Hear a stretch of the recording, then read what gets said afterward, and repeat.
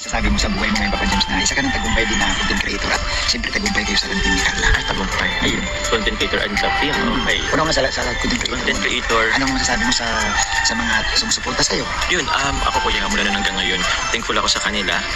Lalo na yung mga hindi umiiwan. Oo, no? Kahit may mga pagsubok. Kahit may pagsubok, kahit maraming fake news na pero okay lang din naman. Yung ibig sabihin dun talaga nila.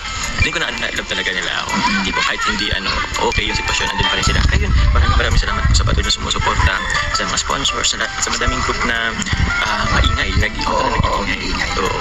Pero in a good way. Yes. Oo, yeah. And syempre pag-support, and yung pagiging ko naman kuya, content creator, as bilang charity vlogger, naano ko rin naman kasi siya, lalo na nung nagkaroon ng job fair. So, thankful ako kila Kalina Prab, and kay Carla lalo na parang dun na ako nakilala mo ito paano sa job, sa ano po kay Carla. Yun. So, Papa James, ganito, may mga ilang katanungan kasi, lalo na sa live ni Kalinga Prab kagabi na, siyempre, parang inaantay na lang din ni Kalinga Prab na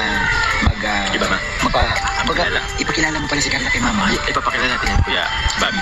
Pero medyo nasa sense na medyo malapit na din. Ay, gala. So, tawag yan. Inaanta ko lang muna si Mama. May tawag na ganito. Bro, ano pang reaksyon ni Mama mo, bro? Kasi siyempre alam ko naman, bro, na si Mama mo, bro, nababasa niya rin yung mga comment ng mga supporters niyo. Ano bro ang opinion ni Mama mo, bro? Actually, bro, ay Kuya Bobby, nag-live na si Kalinga Prab kagabi. Ay, nakita niya Mama. Kasi nanood din kasi ako. Kuya Bobby, si Mama kasi, hindi pa niya alam na barkada ko si Ram. Nanood siya ng Kalingap. Ano pa talaga? Matagal na. Support siya ng Kalingap. Viewers siya ng Kalingap. So, yun po. And yun, napanood niya nga yun. Sa GC namin, syempre may GC kami mga pamilya. Ganun. So, nasend yung video na yun. So, yun, tuwa naman kaso, parang di pala siya. Parang hindi mo siya totally ready. Hindi bro, alam mo bro, ang mga nanay natin. Normal bro, ganun yung sinasabi nila na naya sila, pero di pinsan mo siya yan. Di pinsan po ako siya yan, pero nahiya nga si Mama. Mahiyan ka din si Mama po yan. Naku, grabe. Sobrang mahiya. Hindi siguro bro, bala na ilang lang siguro si Mama mo bro, kasi, dadalawin dyan ng isang napakaputi, ng isang magandang Carla. Oo naman po. Pero ikaw bro, siyempre bro, proud ka din naman.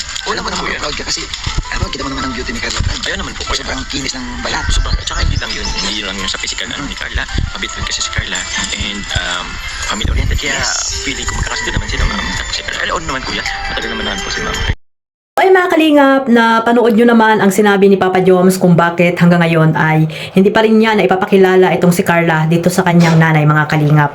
At ayan, nandyan lahat ang sinabi ni Papa Joms, no, sa interview dito ni Bobby TV 143. So ang nanay pala ni Kalingap Jomar ay isa sa mga supporters po ng Kalingap, no, at talagang nanonood at updated sa mga nangyayari dito. At syempre proud na proud siyempre yan kay Carla, di ba, na nakatambal po ni Jomar at ngayon nga ay girlfriend na ni Kalingap Jomar. Siyempre, naghihintay si Papa Jom sa tamang panahon at ayaw niya naman na bigla-bigla na lang at biglain niya yung nanay niya, di ba mga Kalingap? At ayun, sabi nga ni Papa Joms ay may tamang oras daw dyan mga Kalingap. So, ayan guys, sana ay maunawaan natin mga Kalingap, no, ang kung bakit hanggang ngayon ay hindi pa rin pinapakilala si Carla. At least po, napanood naman at kilalang-kilala na si Carla ng nanay ni Jomar. At yung iba ng kapatid naman ni Kalingap Jomar ay kilala na po itong si Carla. At least po,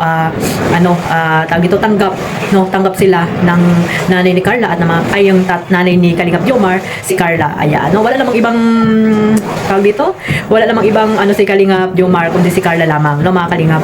At ayan, sabi nga ni Papa Joms dyan, hindi lamang sa physical na katangian ni Carla niya nagustuhan si Carla, kundi sa pagiging mabait at syempre family oriented, di ba? Noon pa yan, talagang yan yung gustong-gusto ni Papa Joms kay Carla, di ba? At pareho naman silang family oriented mga Kalingap.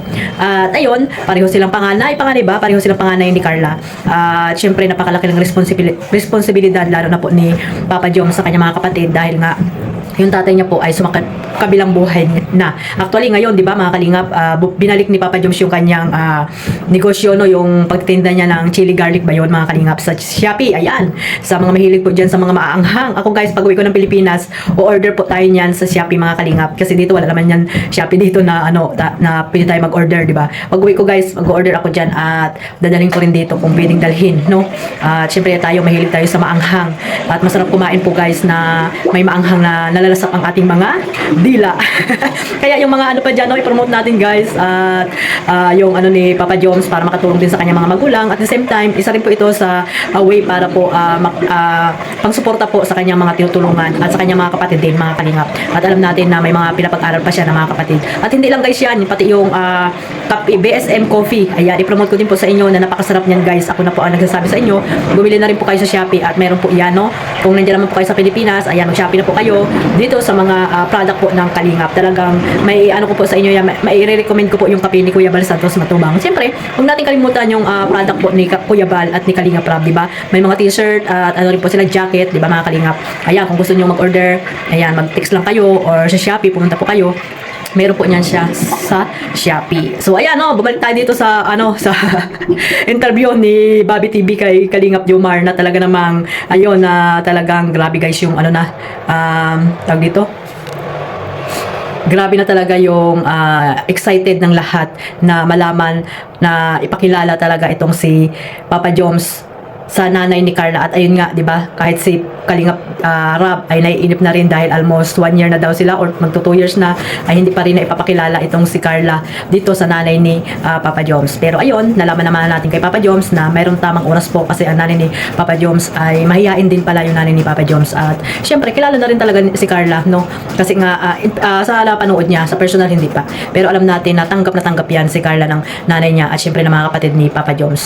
May tamang panahon pa rin dyan, no? Hindi basta-basta kasi yan. Siguro ang gusto ni Papa Joms pag ipakilala na talaga ay yung sure na talaga na si Carla na talaga ang last at huling ipapakilala dito sa nanay ni Carla. Kaya ganun po siguro yung gusto na mangyari ni Papa Joms. So ayun, no? Sana maunawaan nating lahat guys at mag-antay-antay lang tayo. Habaan pa natin ang ating pasensya about po dito. At least po So, at least po, alam na natin na talaga ipapakilala ni Papa Joms. Malapit na daw mga Kalingap. So, ayun.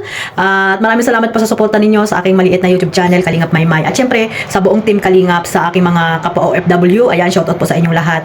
At mag-iingat po kayo mga Kalingap kung saan man dako kayo ng mundo naroon ngayon.